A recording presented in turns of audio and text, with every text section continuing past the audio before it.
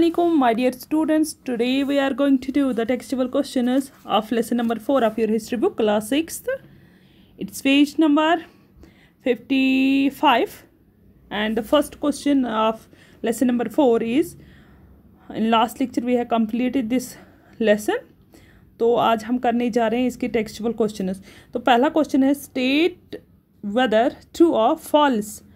ए part, राजाज who let the Ashwamedha horse pass through their lands were invited to the sacrifices. कहते हैं वो राजाज जो अपने घोड़ों को छोड़ते थे, दूसरी टेरिटरीज में जाते थे वो अश्वमेधा सेक्रीफाइसेस करते. ये ट्रू है या फॉल्स? ये मैंने आपको पढ़ाया, ये ट्रू है, ये सही है. Second thing, the charioteer sprinkled sacred water on the horse. ये सही है? नहीं, क्योंकि प्रीस्ट जो होता था, ब्राह्मण जो होते हैं थे, वो पानी सेक्रेड वाटर जो था किंग पे छिड़काते थे, न कि चैरियट्स. तो ये फॉल्स है. और आर्कियोलॉजिस्ट्स हैव फाउंड द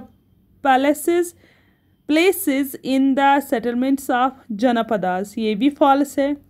कोई ऐसी हमारे पास ऐसी रिपोर्ट नहीं है जिसमें हम ये कहेंगे, तो ये फॉल्स है. Pots to store grains were made out of painted greyware. तो बहुत सारे ऐसे पॉट्स मिले हैं जिन पे पेंटेड ग्रेवियर है, उनको स्टोर किया जाता था उनमें फल. तो ये सही है. ये वो स्टोर ग्रैंडरीज होती थी, बड़े बड़े होते थे अर्थन पॉट्स जिनको पेंटेड ग्रेवियर कहा जाता था. उनमें चावल या दान रखते थे या मक्की या बाकी चीज़ें. Many cities in mahajanapadas were fortified. ये गलत है, क्योंकि सारी सिटीज़ फोर्टिफाइड नहीं थी. एक ही सिटी होती थी जो सेंटर सिटी होती, सेंट्रल लोकेशन, उसको फोर्टिफाई करते थे. फोर्टिफिकेशन क्यों होती थी? एनिमी थ्रेट के लिए, या जिसकी जितनी ज़्यादा फोर्टिफिकेशन होती थी उससे ज़्यादा माना जाता था पावरफुल.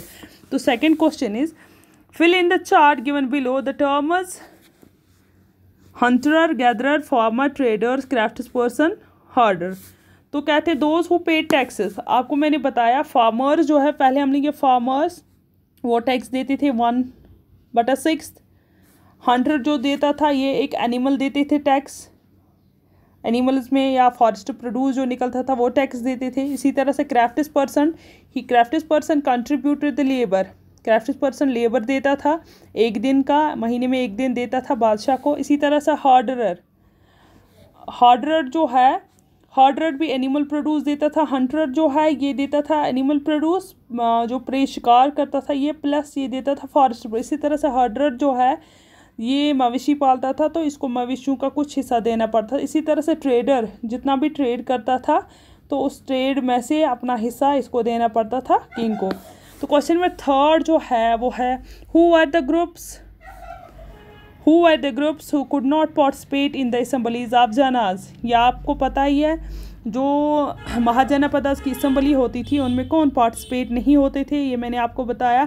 तमाम किंग्स जो है इन असेंबलीज़ में, क्योंकि ये महाजनपदा जो है किसी एक किंग का नहीं, थाउजेंड्स ऑफ किंग्स जो है they participated together to discuss different issues regarding their state. तो इस तरह से कौन कौन इस असेंबली में पार्टिसिपेशन नहीं करते थे? फर्स्ट ऑफ ऑल वुमेन्स, उनको ये राइट नहीं था. सेकंड, दासास और स्लेव्स, जिनको हम चाहे उनमें लेडीज़ फीमेल्स दासीज बोलते थे, मेल जो होते दासा कहते थे. वो स्लेव्स जो होते थे वो पार्टिसिपेट, क्योंकि उनको वो राइट नहीं था, वो इसमें पार्टिसिपेशन नहीं करते थे. और थर्ड वन जो थे वो थे कमाकाराज हो गए लैंडलेस लेबर्स, जिनके पास ज़मीन नहीं होती थी. तो वो लेबर्स जो है उनको राइट्स नहीं दिया था, तो वो भी इसमें पार्टिसिपेशन नहीं करते थे. And fourth question is, why did the rajas of Mahajanapada build the forts.